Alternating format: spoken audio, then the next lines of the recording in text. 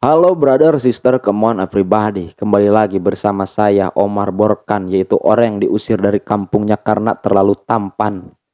Iya, itu saya. Oke, kali ini saya akan merangkum film dari Amerika yaitu film Nobody. Film ini dirilis tanggal 28 April 2021 dan disutradarai oleh Ilya Naisler dan pemeran utama dibintangi Bob Odenkirk. Sebelum masuk ke cerita, sebaiknya kita intro dulu. Ini intronya.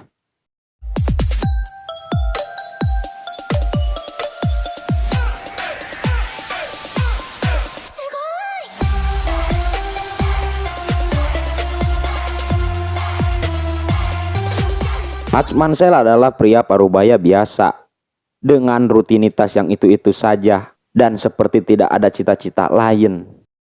Dan itu membosankan bagi Hutch. Dan Hutch pun bukan sosok pria yang diidamkan oleh istrinya, dan juga bukan panutan bagi anak laki-lakinya. Hingga Hutch pun mengeluarkan sosok aslinya yang selama ini tertidur di dalam dirinya untuk alasan tertentu. Singkat cerita, malam pun bobo. Ada dua orang pencuri yang mereka adalah pasangan suami istri. Dan Hutch mengambil tongkat golf. Terlihat pencuri ini menodongkan pistol beceng. Dan Hutch pun membiarkan mereka mengambil uang receh yang itu membuat bingung Hutch. Karena memang perampok ini terlihat bukan pencuri profesional pada umumnya. Dan Hutch hanya menandai tato dari tangan pencuri tersebut. Hingga anak laki-laki Hutch pun berhasil menjatuhkan suami dari pencuri tersebut. Namun Hutch pun menyuruh anak laki-lakinya melepaskan pencuri tersebut. Dan membiarkan mereka kabur dan hanya membawa uang receh beserta gelang anak kucing dan arlojinya. Melihat hal itu pun membuat kesal anak laki-lakinya. Bukan hanya anak laki-lakinya yang kesal, polisi pun menyayangkan hal itu dan menganggap Hutch itu bodoh. Di siangnya pun Hutch mendapat ledekan dari kejadian semalam, yaitu tetangganya. Bukan hanya itu, di tempat kerja adik iparnya pun menganggap Hutch pecundang dan memberikan pistol kepada Hutch untuk sekedar berjaga-jaga.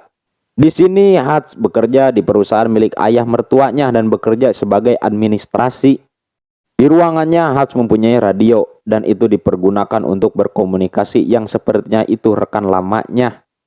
Terlihat mereka pun sedang membicarakan kejadian semalam. Dan kita dikejutkan, inilah alasannya kenapa Hutch membiarkan para pencuri itu kabur begitu saja. Karena Hutch tahu bahwa pistol yang ditodongkannya itu ternyata tak berpeluru. Dan mungkin para pencuri ini nekat untuk alasan tertentu. Singkat cerita, Hutch pun mengunjungi ayahnya di panti jompo. Yang terdapat ayahnya sedang nonton TV.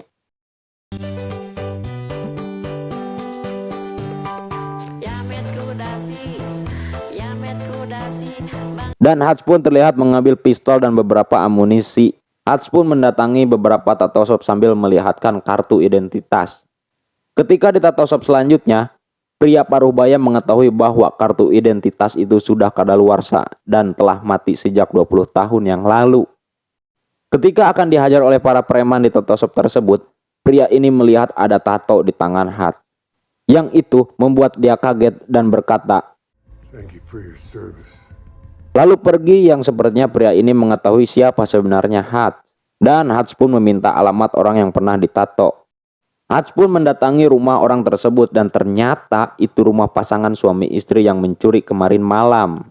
Hutch pun menghajar suaminya dan meminta arloji dan gelang anak kucing milik anaknya. Ketika Hutch hendak meneruskan kebrutalannya itu, Hutch mendengar suara bayi yang menangis dan itu membuat Hutch memilih pergi dan melampiaskannya dengan nonjokin tembok yang ada di situ. Di dalam bus terlihat ada beberapa preman yaitu barudak ngora-orai yang sedang mabuk ciu bekonang gitu. Melihat mereka pun Hutch tersenyum. Akhirnya ada bahan olahraga. Kemudian Hutch pun menyuruh supir bus tersebut turun. Terlihat Hutch di sini bersiap untuk menghajar seluruh preman tersebut.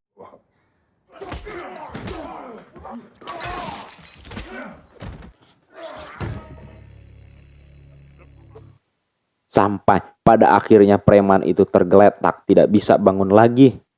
Terlihat di klub malam ada pria tengil sedang joget, yang dia adalah Julian Kuznetsov. Yulian adalah bos mafia dari Rusia yang pekerjaannya semacam penyimpanan uang gitu. Nama perusahaan itu adalah Obsak. Di sini Yulian tampak diremehkan. Dan seorang mengatakan jika bos sepertimu bertingkah konyol, maka itu akan meragukan investor.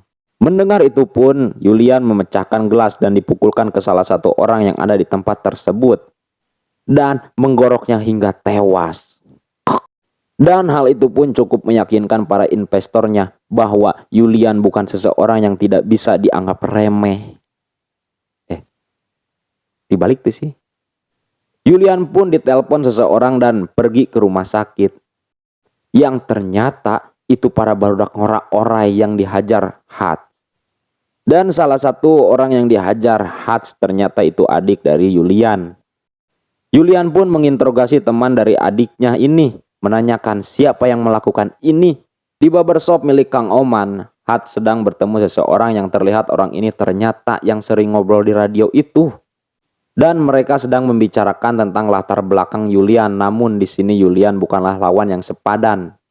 Di sini Yulian memerintahkan anak buahnya, dan anak buahnya pun menyuruh seseorang dari Pentagon untuk mencari identitas Hats dan latar belakangnya. Setelah mendapati semua data masa lalu dari Hats, anak buahnya pun dikejutkan dengan masa lalu Hats yang ternyata seseorang pembunuh kelas kakap di masa lalunya. Dan jelas di sini Hats adalah seseorang yang tidak bisa dianggap remeh atau dipandang sebelah mata gitu. Dan di sini pun anak buah Yulian memilih mundur dari pekerjaannya karena tak mau berurusan dengan Hats. Dan Yulian pun telah mendapati informasi tentang Hats dan memerintahkan anak buahnya untuk mendatangi Hats dan membawanya hidup-hidup. Ketika di rumah, Hats pun menyuruh anak dan istrinya bersembunyi di ruang bawah tanah. Yang ternyata istrinya baru mengetahui bahwa di rumahnya itu dilengkapi ruang bawah tanah. Lalu Hats pun bertarung dengan suruhan Yulian.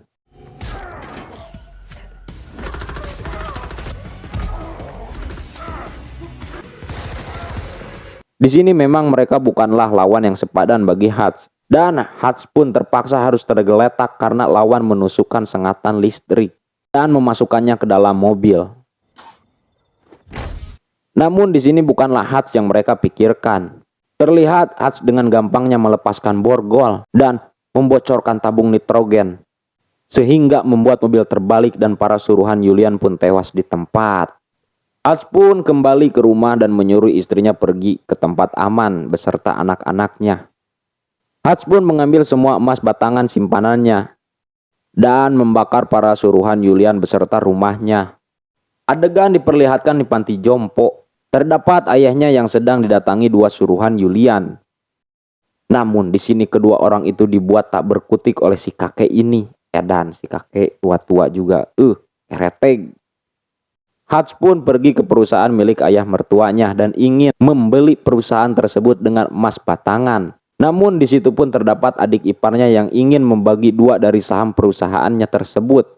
Dan Hats pun tidak menyetujuinya dan menghajar adiknya itu. Karena memang Hats mempunyai tujuan tertentu. Singkat cerita, siang pun caang. Terlihat Hats di perusahaan miliknya. Dia sedang merakit beberapa ranjau dan senjata dan nantinya tempat ini akan jadi tempat perbakuhan taman Hats beserta Yulian dan rombongannya. Dan inilah alasannya kenapa Hats membeli perusahaan milik ayah mertuanya tersebut. Singkat cerita di Obsak milik Yulian. Terlihat Hats sedang membantai rata para penjaga tempat tersebut dan membakar seluruh uang yang ada di dalamnya.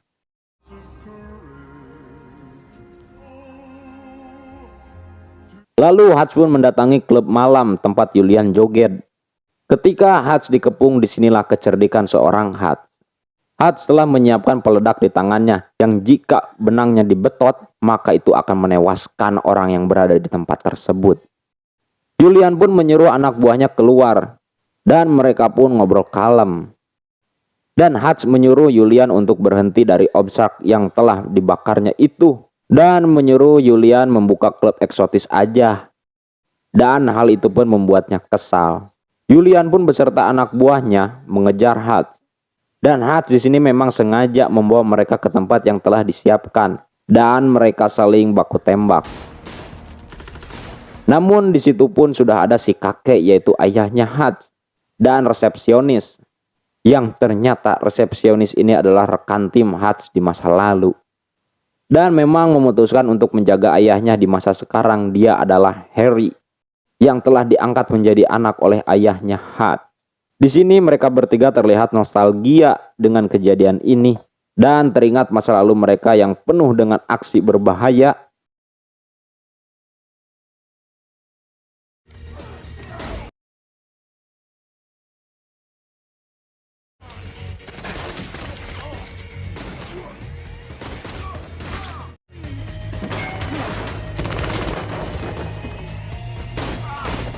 Dan Hats pun memutuskan untuk mengakhiri semua.